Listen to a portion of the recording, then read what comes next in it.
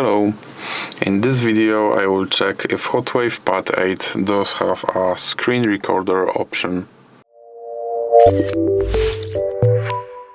So to check if this tablet has a screen recorder option, you have to scroll down on your main screen and do this motion again.